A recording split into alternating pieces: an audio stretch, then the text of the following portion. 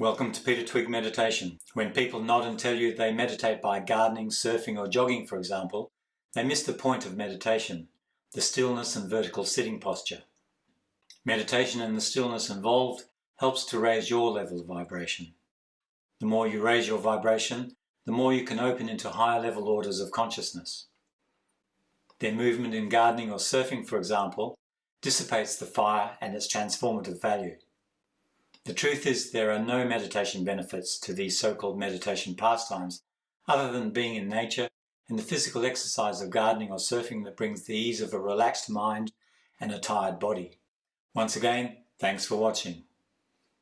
Now, if you meditate and want to learn more about your meditation process, stick around by subscribing as I bring you more tips, techniques and context to help improve your meditation.